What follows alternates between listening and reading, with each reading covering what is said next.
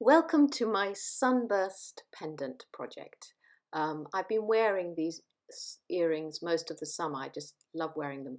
They're actually aluminium, so they're as light as a feather, but they've got a sort of a really sort of big look to them, and I just like things that have rays coming out of them. So the necklace is similar. You just make one of them, obviously. And if you want to use 0.8, so much thinner wire, you can also put a bead onto the front. And then I've used a tiny bit of 0.4 to bind it just at that top bit so that it doesn't open up. So you can make it with any gauge wire that you have to hand, but I love using aluminium as it's so light. I'm using 1.6 millimeter, so it's nice and chunky but very soft to work with. So you're working from a reel and you begin by creating a circular link with the end of your round nose pliers, and that link has to be able to fit the wire back through it. So create a spiral around that first circle. And that spiral is completely, the size of that spiral is completely up to you. For earrings, you probably won't make it as big as for a pendant. So I'm stopping there. And then I just sort of bend it to a right angle. And with my flat nose pliers, I'm using the height of my flat nose pliers to create a bend to make my first ray, or sort of a sunshine ray. So, and then double that up, then bring the wire back up to create the next ray. And the amount of rays will really be dependent on the size of the spiral you've made, plus also the gauge of the wire that you're using. But usually about, well, for mine it'll be about 8 or 9, I'd say.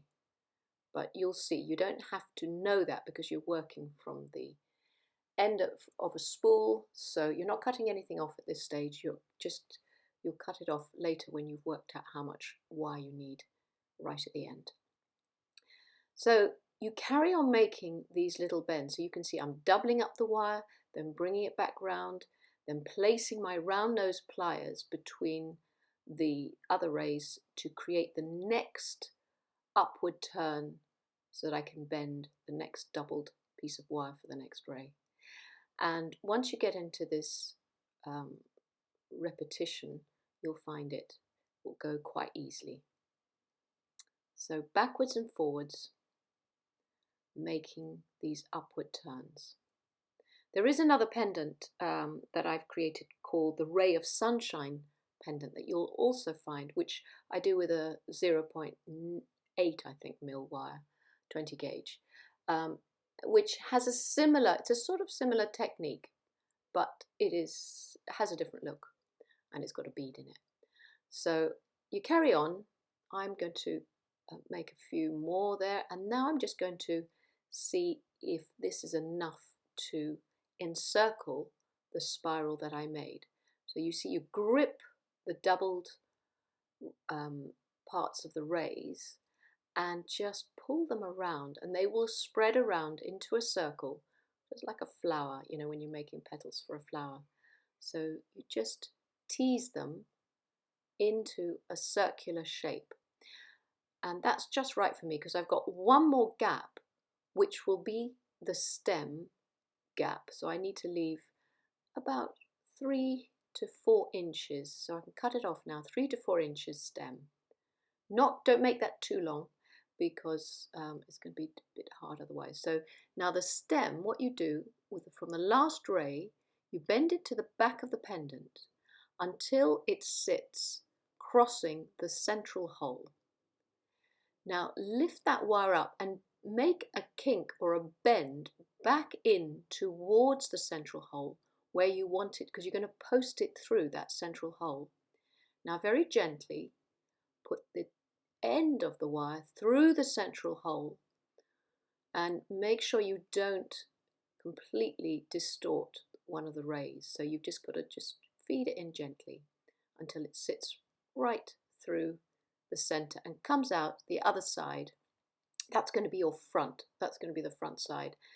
And that wire will then take the place of the last ray right at the top of the pendant. So that will go right in the center. And because this is quite chunky wire, I'm going to put a little bend in it there so that it sits flush to the rest of the rays. But if you had thinner wire, you wouldn't have to do this. But this is sort of quite chunky, 1.6 mil. So once you've done that, just, spend a bit of time making sure that the rays are in the right position, and then the fun bit starts where you can hammer just the very, very ends of these rays. And what that does, it spreads the wire, and it also gets rid of any marks that your pliers might have made on the wire when you were making and forming the rays. So hammer and flatten it out, and it will spread it, sort of mushroom out the ends. And then, because that spreads it, go back and just make sure that the beginning of those rays are all nice and neat. So you just squeeze in the back, and that little bit of manipulation will also work harden the entire unit. So now you can choose to put a bead. I've got a few selections because this is quite chunky wire. I had to pick up quite large drill hole beads.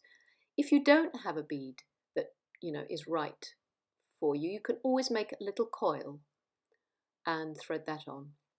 I'm not sure about that one. I think I'm going to go for something smaller. So I'm trying out all these beads just to see which one works best for me. I think I used 2 to get to the height of the rays, and then all I need to do is to finish off. I need to make a link, a suspension link at the top of my pendant, and then I can attach it to a chain or a cord or whatever I want to attach it to, or a key ring. So create a right angle so that the link comes central to the beads and central to the pendant. And there you have it. It's ready for threading. So it's as simple as that, and it works so well with this very light aluminium wire. And I hope you have fun creating your own versions, making earrings, necklaces, key rings, and so forth. Happy wire working.